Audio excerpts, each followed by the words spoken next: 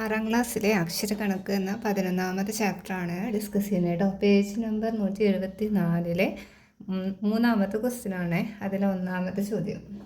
തീപ്പെട്ടി കോലുകൾ ഉപയോഗിച്ച് ഒരേ എണ്ണം സമചതുരങ്ങൾ ആദ്യത്തെ ചോദ്യത്തിലേതുപോലെയും രണ്ടാമത്തെ ചോദ്യത്തിലേതുപോലെയും ഉണ്ടാക്കുമ്പോൾ ഉപയോഗിച്ച കോലുകളുടെ എണ്ണത്തിൽ എന്ത് വ്യത്യാസമാണ് വരുന്നത്? അപ്പോൾ ആദ്യം ഒന്നാമത്തെ രണ്ടാമത്തെ ചോദ്യം ചെയ്താൽ മാത്രമേ നമുക്കിത് ചെയ്യാൻ പറ്റുള്ളൂ. അപ്പോൾ ഒന്നും രണ്ടും ചെയ്തിട്ടുണ്ട് കേട്ടോ. അപ്പോൾ കാണാത്തവരൊന്നും കണ്ടു നോക്കുക. അപ്പോൾ നമുക്ക് സമചതുരങ്ങളുടെ എണ്ണം ഒന്നാമത്തെ ചിത്രത്തിൽ നമ്മൾ അങ്ങനെ വരച്ചിട്ട് തന്നെ ചെയ്തിട്ടുണ്ടായിരുന്നു. സമചതുരങ്ങളുടെ എണ്ണം, അതായത് 1 വന്നപ്പോൾ തീപ്പെട്ടി കോലുകളുടെ എണ്ണം വന്നത് 4 അല്ലേ. 2 വന്നപ്പോൾ വന്നത് എത്രയാണ്? 8. അപ്പോൾ ഒന്നാമത്തെ ചോദ്യം എടുത്ത് നിങ്ങളത് എണ്ണി നോക്കുക കേട്ടോ. 3 വന്നപ്പോൾ വന്നിട്ടുള്ളത് എത്രയാണ്? 12. 4 വന്നപ്പോൾ വന്നിട്ടുള്ളത് നമുക്ക് 16. ഇനി നമ്മൾ രണ്ടാമത്തെ ചിത്രത്തിൽ ഇതേപോലെ ഒന്ന് എഴുതി കൊടുക്കുക കേട്ടോ. അപ്പോൾ ആദ്യം ചെയ്യേണ്ടത് ഒന്നാമത്തെ ചോദ്യത്തിൽ സമചതുരങ്ങളുടെ എണ്ണവും അതിൽ വന്ന തീപ്പെട്ടി കോലുകളുടെ എണ്ണവും. ഇനി അടുത്തത് നമ്മൾ ചെയ്യേണ്ടത് രണ്ടാമത്തെ ചിത്രത്തിലെ സമചതുരങ്ങളുടെ എണ്ണവും അപ്പോൾ വന്ന തീപ്പെട്ടി കോലുകളുടെ എണ്ണവും എത്രയാണ് ആദ്യം ഒന്ന് എഴുതി നോക്കുക. എന്നിട്ട് അതിൻ്റെ തമ്മിലുള്ള വ്യത്യാസം ഒന്ന് കണ്ടുപിടിക്കുകയാണ് ചെയ്യേണ്ടത്. അപ്പോൾ ഇനി രണ്ടാമത്തെ ചിത്രത്തിലെ സമചതുരങ്ങളുടെ എണ്ണം എന്താണ്? 1 വന്നപ്പോൾ എത്രയാണ്? തീപ്പെട്ടി കോലുകളുടെ എണ്ണം എന്താ വന്നത്? 4 വന്നിട്ടുള്ളത് കേട്ടോ. ഇനി അതിൽ രണ്ടാമത്തെ 2 സമചതുരങ്ങളുടെ എണ്ണം 2 വന്നപ്പോൾ ആദ്യത്തെ ചിത്രത്തിൽ 8 വന്നത്. രണ്ടാമത്തെ ചിത്രത്തിൽ നിന്ന് എത്ര എണ്ണമാണ് കിട്ടിയത്? 7 തീപ്പെട്ടി കോലുകളുടെ എണ്ണം. 3 വന്നപ്പോൾ 10 അല്ലേ. 3 വന്നപ്പോൾ നമുക്ക് 10. 4 വന്നപ്പോൾ എത്രയാണ്? 13 അല്ലേ. ഇത് നമ്മൾ ആ രണ്ടാമത്തെ ചോദ്യത്തിൽ ചെയ്തത് ഇതും ഒന്നാമത്തെ ചോദ്യത്തിൽ ചെയ്തത് ഇതാണ് കേട്ടോ. അപ്പോൾ അത് നോക്കി നിങ്ങളൊന്ന് എഴുതി ആ ചിത്രം നോക്കി ഇങ്ങനെ ഒന്ന് ചെയ്തെടുക്കുക. എന്നിട്ട് ഇന്ന് നമ്മൾ ചെയ്യേണ്ടത് ഇതിൽ തീപ്പെട്ടി കോലുകളുടെ വ്യത്യാസം എന്താണ് വന്നത് എന്നല്ലേ. അതായത് ഈ ഒന്നാമത്തെ, അപ്പോൾ നമ്മൾ വ്യത്യാസം എന്ന് പറഞ്ഞിട്ട് അടുത്തൊരു ഇതും കൂടി വരച്ചു കൊടുക്കുക കേട്ടോ.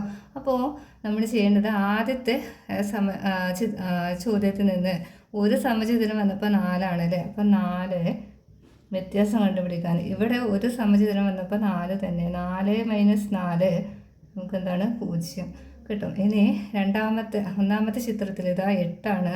അപ്പോൾ 8 എടുക്കുക. അപ്പോൾ അങ്ങനെ 2 സമചതുരം ഇവിടെ ഉണ്ടാക്കാൻ 8 വന്നു. അപ്പോൾ ഇതിലോ 2 സമചതുരം ഉണ്ടാക്കാൻ 7 വന്നത്. 8 - 7 നമുക്ക് എന്ത് കിട്ടും? 1. ഇനി ഇവിടെ 12. 12 മൈനസ് ഇവിടെ വന്നപ്പോൾ 10 അല്ലേ. 10 അപ്പോൾ നമുക്ക് 2 കിട്ടും.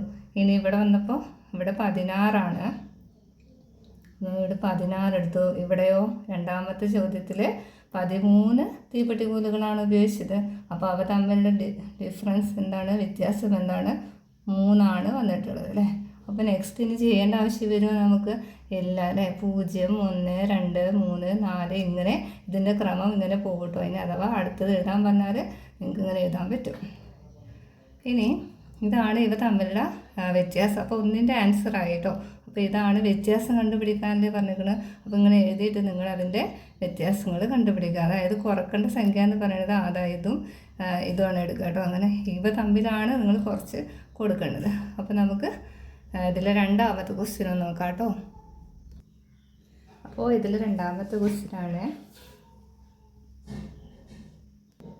സമചതുരങ്ങളുടെ എണ്ണം S എന്നും 2 തരത്തിൽ ഉണ്ടാക്കാൻ ഉപയോഗിക്കുന്ന കോലുകളുടെ എണ്ണത്തിലെ വ്യത്യാസം D എന്നും എടുത്താൽ എസും ഡിയും തമ്മിലുള്ള ബന്ധം എന്താണെന്നാണ്. അതായത് ഏതാണ് S എന്ന് പറഞ്ഞിട്ട് സമചതുരങ്ങളുടെ എണ്ണം, ഇത് S എന്ന് പറഞ്ഞിട്ട് എടുക്കാൻ പറഞ്ഞിട്ടുണ്ട്. അപ്പോൾ നമുക്കിവിടെ S കൊടുക്കാം. ഇതും S തന്നെയാണ് കേട്ടോ. പിന്നെ നമുക്ക് ആ വ്യത്യാസമാണ് D ഉള്ളത്. അപ്പോൾ നമുക്ക് ഇതാണ് D ആയിട്ട് കൊടുക്കേണ്ടത്. അപ്പോൾ നമുക്കിവിടെ D കൊണ്ട് ഇതിനെ ഡിനോട്ട് ചെയ്യുക. ഇത് തമ്മിലുള്ള ബന്ധം ഒന്ന് നോക്കിയാൽ നിങ്ങൾക്ക് എന്താണ് ഇവിടെ കാണാൻ പറ്റുക? അതായത് ഇപ്പോൾ എത്രയാണോ സ്ക്വയറിൻ്റെ എണ്ണം അതിനേക്കാൾ 1 കുറഞ്ഞിട്ടാണ് അല്ലേ. അതായത് ഇവിടെ 0 കിട്ടിയിട്ടുള്ളത്. അതായത് സ്ക്വയറിൻ്റെ എണ്ണം 1 വന്നപ്പോൾ എന്താണ്? 0 വന്നത്. സ്ക്വയറിൻ്റെ എണ്ണം 2 വന്നപ്പോൾ എന്താണ്? 1 കിട്ടിയിട്ടുള്ളത് D. സ്ക്വയറിൻ്റെ എണ്ണം 3 വന്നപ്പോൾ എന്താണ് വ്യത്യാസം കിട്ടിയിട്ടുള്ളത്? 2. സ്ക്വയറിൻ്റെ എണ്ണം 4 വന്നപ്പോൾ വ്യത്യാസം കിട്ടിയത് 3 അല്ലേ. അപ്പോൾ അതിൽ നിന്ന് എന്ത് നമുക്ക് മനസ്സിലാക്കാൻ പറ്റും? അതായത് സമചതുരങ്ങളുടെ എണ്ണത്തിൽ നിന്ന് 1 കുറഞ്ഞിട്ടാണ് എന്ത് വന്നിട്ടുള്ളത്? D എന്നുള്ളത് വന്നിട്ടുള്ളത്. അപ്പോൾ നമുക്കത് എങ്ങനെ എഴുതാൻ പറ്റും? അപ്പോൾ നിങ്ങൾ എഴുതി കൊടുക്കുക കേട്ടോ. അതായത് അപ്പോൾ സമചതുരങ്ങളുടെ എണ്ണം എസ് എന്നും, അതായത് തീപ്പെട്ടിക്കോലുകളുടെ എണ്ണത്തിലെ വ്യത്യാസം ഡി എന്നും പറഞ്ഞിട്ട് നിങ്ങൾ എഴുതിയതിന് ശേഷം അതിൻ്റെ ഇത് എഴുതി കൊടുക്കുമ്പോൾ നമുക്ക് എങ്ങനെ എഴുതാൻ പറ്റും? അതായത് ഡി സീക്വൽ ടു, അല്ലെങ്കിൽ ഈ ഡി എങ്ങനെയാണ് കിട്ടിയത് നമുക്ക്? ഡി സീക്വൽ ടു, ഡി എന്ന് പറഞ്ഞാൽ എന്താണ്? തീപ്പെട്ടിക്കോലുകളുടെ എണ്ണത്തിലെ വ്യത്യാസം സമം എന്താണ് കിട്ടിയത്? സമചതുരങ്ങളുടെ എണ്ണം എത്രയാണോ അതിൽ നിന്ന് 1 മൈനസ് ചെയ്തതാണ് അല്ലേ. അപ്പോൾ സമചതുരങ്ങളുടെ എണ്ണത്തിന് പകരം എസ് എന്ന് കൊടുക്കാം കേട്ടോ. സമചതുരങ്ങളുടെ എണ്ണം -1, ഡി സീക്വൽ ടു എസ് -1 എന്നാണ്. അതായത് ഇതാ നിങ്ങൾക്ക് കണ്ടാൽ മനസ്സിലാക്കാൻ പറ്റും. ഇതാ ഇവിടെയൊക്കെ സമചതുരങ്ങളുടെ എണ്ണം 1 വന്നു. അപ്പോൾ 1 വന്നപ്പോൾ നമ്മൾ 1-ൽ നിന്ന് 1 കുറച്ചു. അപ്പോൾ നമുക്കിവിടെ 0 കിട്ടി. 2 വന്നു. അപ്പോൾ നമുക്ക് ഇവിടെ കിട്ടിയ ആൻസർ 1 ആണ്. 2 - 1 ചെയ്താലാണ് നമുക്ക് എന്ത് കിട്ടുക? 1 കിട്ടുക. അപ്പോൾ 2 - 1 നമുക്ക് 1 കിട്ടി. അതായത് തീപ്പെട്ടിക്കോലുകളുടെ എണ്ണത്തിൽ വ്യത്യാസം കണ്ടുപിടിക്കാൻ നമ്മൾ എന്ത് ചെയ്താൽ മതി? സമചതുരങ്ങളുടെ എണ്ണത്തിൽ നിന്ന് 1 കുറച്ചാൽ മതി കേട്ടോ. അതാണ് ഇതുകൊണ്ട് ഉദ്ദേശിക്കുന്നത്. അപ്പോൾ 2ൻ്റെ ആൻസറായിട്ട് വരിക ഡി സീക്വൽ ടു എസ് -1 എന്നാണ്. അപ്പോൾ നമ്മളോട് ഇത് ഡിനോട്ട് ചെയ്യാനാണ് പറഞ്ഞിരിക്കുന്നത്. ഈ ലെറ്റർ വെച്ചിട്ട് നമ്മളോട് ഇത് റെപ്രസെൻറ്റ് ചെയ്യാനാണ് പറഞ്ഞിരിക്കുന്നത്. അപ്പോൾ നമ്മൾ ഇതുപോലെ എഴുതുക കേട്ടോ. അപ്പോൾ മൂന്നാമത്തെ ചോദ്യം എന്താണ്? ഈ ബന്ധത്തിൻ്റെ കാരണം വിശദീകരിക്കുക എന്നാണ് അല്ലേ. അപ്പോൾ നമുക്ക് ഡി സീക്വൽ ടു എസ് -1 എന്ന് കിട്ടി അല്ലേ. അപ്പോൾ അങ്ങനെ വരാനുള്ള കാരണം എന്താ? ആദ്യത്തെ ചോദ്യത്തിൽ ഓരോ സമചതുരം ഉണ്ടാക്കാൻ 4 തീപ്പെട്ടിക്കോലുകൾ ഉപയോഗിക്കുന്നു. അതായത് ഒന്നിന് ശേഷം അടുത്തത് ഉണ്ടാക്കാൻ 4 എണ്ണം ഉപയോഗിച്ചു. എന്നാൽ രണ്ടാമത്തെ ചോദ്യത്തിൽ ഒരു സമചതുരത്തിന് ശേഷം അടുത്തത് ചേർക്കാൻ അതിൽ 3 തീപ്പെട്ടിക്കോലുകൾ മതി. ഒരു വശം എന്താണ്? പൊതുവശമായി മാറുന്നു. അപ്പോൾ തന്നെ നമുക്ക് മനസ്സിലാക്കാൻ പറ്റുന്നില്ലേ അത് അതിൻ്റെ ഡിഫറൻസ് ആയിട്ട് വരുന്നത് അങ്ങനെ ഡി സീക്വൽ ടു എന്തായിരിക്കും? എസ് -1 എന്നാണ്. അപ്പോൾ മനസ്സിലായിട്ടുണ്ടാവുമെന്ന് വിചാരിക്കണം കേട്ടോ. അപ്പോൾ നിങ്ങൾ ഇതൊന്ന് എഴുതി കൊടുക്കുക. അതാണ് അതിൻ്റെ റീസൺ എന്ന് പറയുന്നത്. ഈ ബന്ധത്തിൻ്റെ കാരണം വിശദീകരിക്കാൻ പറഞ്ഞാൽ ഇങ്ങനെ എഴുതി കൊടുക്കുക കേട്ടോ. അപ്പോൾ അതിലെ 4ാമത്തെ ക്വസ്റ്റ്യനാണ് കേട്ടോ. ഒരു കുട്ടി 25 തീപ്പെട്ടിക്കോലുകൾ കൊണ്ട് രണ്ടാമത്തെ ചോദ്യത്തിലേതുപോലെ സമചതുരങ്ങൾ ഉണ്ടാക്കി. ഇതേ എണ്ണം സമചതുരങ്ങൾ ആദ്യത്തെ രീതിയിൽ ഉണ്ടാക്കാൻ എത്ര കോലുകൾ വേണ്ടി വന്നു എന്നാണ് അല്ലേ. അതായത് രണ്ടാമത്തെ രീതിയിലാണ് 25 തീപ്പെട്ടിക്കോലുകൾ കൊണ്ട് സമചതുരങ്ങൾ ഉണ്ടാക്കിയത്. അപ്പോൾ ആദ്യം നമ്മളിതിൽ കണ്ടുപിടിക്കേണ്ടത് എന്താണ്? രണ്ടാമത്തെ രീതിയിൽ എന്താ പറയുക? സമചതുരങ്ങളുടെ എണ്ണമാണല്ലേ. രണ്ടാമത്തെ രീതിയിൽ നമ്മൾ സമചതുരങ്ങളുടെ എണ്ണം കണ്ടുപിടിക്കാൻ നമ്മൾ ആ രണ്ടാമത്തെ ചോദ്യത്തിൽ എഴുതിയിട്ടുണ്ട്. എന്താണ്? സമചതുരത്തിൻ്റെ എസ് വെച്ച് നമ്മൾ ഡിനോട്ട് ചെയ്യുമെന്ന് പഠിച്ചു. അപ്പോൾ എസ് ഈക്വൽ ടു സമചതുരങ്ങളുടെ എണ്ണം സമം എന്താണ്? തീപ്പെട്ടിക്കോലുകളുടെ എണ്ണം -1/3 എന്ന് എഴുതിയിട്ടുണ്ടല്ലോ. അപ്പോൾ അതിന് പകരം നമുക്ക് തീപ്പെട്ടിക്കോലുകളുടെ എണ്ണത്തിന് പകരം എന്ത് കൊടുക്കാം? m-1/3 ആണല്ലേ. അപ്പോൾ നമുക്ക് ആദ്യം ഇതിൽ നിന്ന് എത്ര സമചതുരം രണ്ടാമത്തെ രീതിയിൽ ഉണ്ടാക്കാൻ പറ്റുമെന്ന് കണ്ടുപിടിക്കുക കേട്ടോ. അപ്പോൾ ഇവിടെ m ഈക്വൽ ടു എത്രയാണ്? 25 തന്നിട്ടുള്ളത് അല്ലേ. അപ്പോൾ നമുക്ക് എന്ത് ചെയ്യാം? 25 - 1/3 24/3.